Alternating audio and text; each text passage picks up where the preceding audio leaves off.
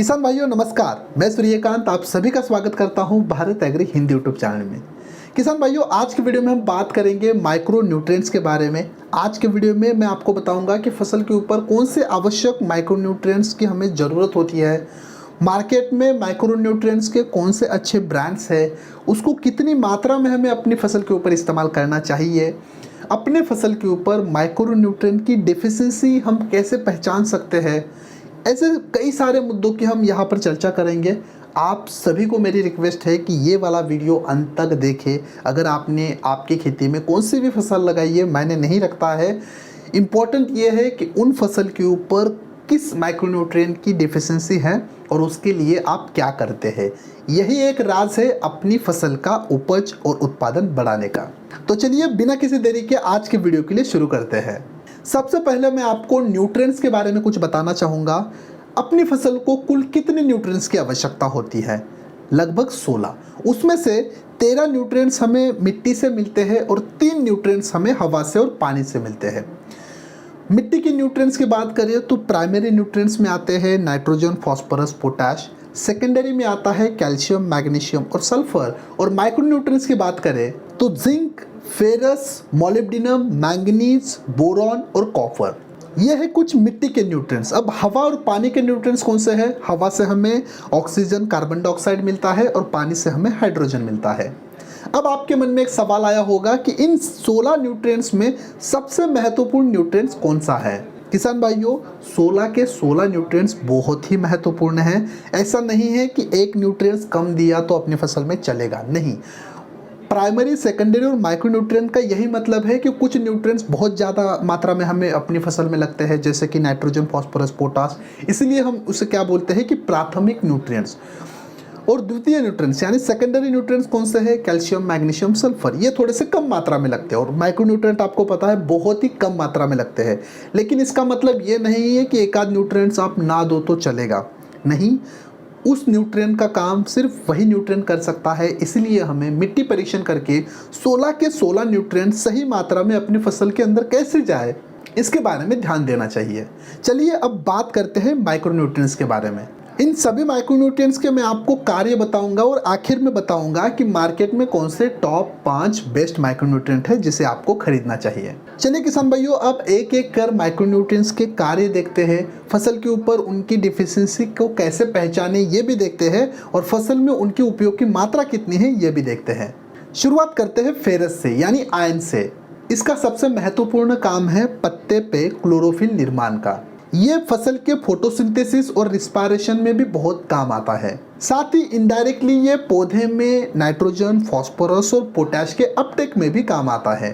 फसल के ऊपर आप फेरस की डेफिशिएंसी कैसे पहचान सकते हो, यानी पौधों के ऊपर फेरस की कमी के लक्षण कौन से हैं? पौधे के ऊपरी जो पत्ते हैं वो पीले पड़ना शुरू हो जाते हैं। पौधे की जो बढ़वार है वो एकदम से थम जाती है। इस कमी को पूरा करने के लिए आप फेरस 1 ग्राम प्रति लीटर पानी मिलाकर अपनी फसल के ऊपर छिड़काव के लिए इस्तेमाल कर सकते हो। इसमें आपको खासकर चिलेटेड फेरस लेना होगा। चलिए अब दूसरे नंबर पे बात करते हैं मैंगनीज की। पौधे में फोटोसिंथेसिस और प्रोटीन निर्माण में मैंगनीज का बहुत ही बड़ा हाथ होता है।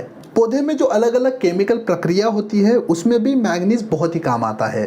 साथ ही कुछ हद तक क्लोरोफिल निर्माण में भी मैंगनीज हमें मदद करता है। पत्ते के ऊपर मैंगनीज की कमी के लक्षण अगर देखें तो पत्ते में जो अलग अलग नसें होती है उसके बीच का जो भाग होता है वो पीला पड़ना शुरू हो जाता है।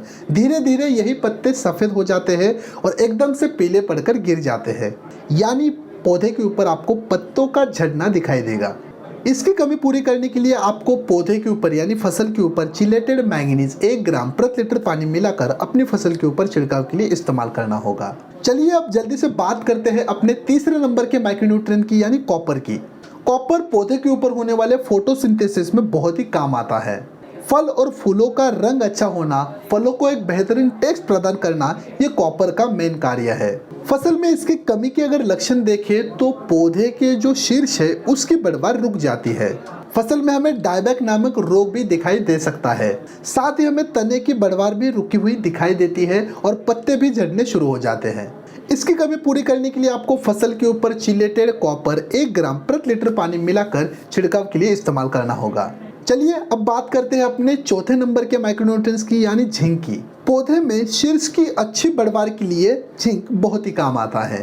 पौधों के द्वारा यानी पौधों के जड़ों के द्वारा पानी अपटेक करने के लिए यानी पानी शोषण में जिंक बहुत ही मदद करता है। अपने पत्ते में अच्छी तरह से जिंक की मात्रा यानी अपने पौधे में जिंक की अगर मात्रा ज़्यादा हो तो कम पानी वाले क्लाइमेट में भी अपना पौधा बहुत ही अच्छी तरह से बढ़वार कर पाता है। यानी जिंक के कारण पौधे में स्ट्रेस रेजिस्टेंट आ जाता है। पौधों के ऊपर जिंक की कमी के लक्षण अगर देखें तो पत्ते हमें छोटे दिखाई देते हैं। पत्ते की जो नसें होती है उसके बीच का भाग हमें पीला पड़ा हुआ दिखाई देता है। पौधों के ऊपर जगह जगह हमें पत्ते सूखे हुए दिखाई देते हैं।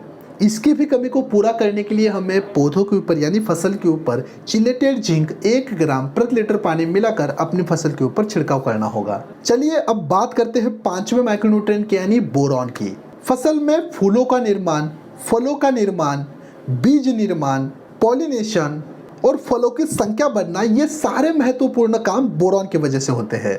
पौधों के ऊपर बोरॉन की कमी के लक्षण अगर देखें तो पौधों में हमें फल और फूलों का झड़ना दिखाई देता है।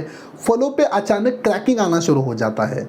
इसकी कमी पूरी करने के लिए आपको जैसे ही आपकी फसल फूल अवस्था में आ जाती है तो आपको बोरॉन 20% 500 ग्राम मिट्टी में मिलाना चाहिए या फिर ड्रिप से चलाइए या फिर ड्रेंचिंग कीजिए और ऊपर से आप 1 ग्राम बोरॉन 1 लीटर पानी मिलाकर अपनी फसल के ऊपर छिड़काव के लिए इस्तेमाल कर सकते हो। चलिए किसान भाइयों अब बात करते हैं अपने आखिरी माइक्रोन्यूट्रिएंट की यानी मोलिब्डेनम की।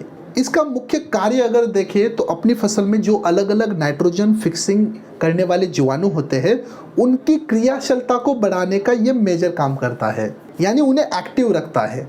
अगर इसकी कमी अपने फसल में हो जाती है तो आपको अपने पौधे के पत्ते पीले पड़े हुए दिखाई देंगे।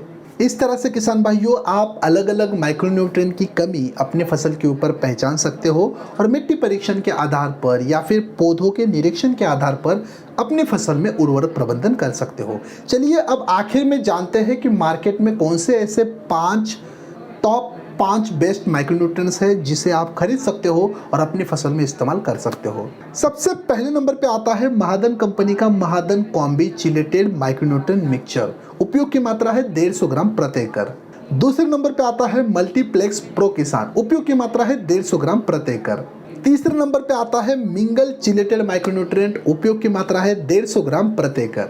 चौथे नंबर पे आता है चिलमिक्स कॉम्बी माइक्रोन्यूट्रिएंट। उपयोग की मात्रा है 150 ग्राम प्रति एकड़।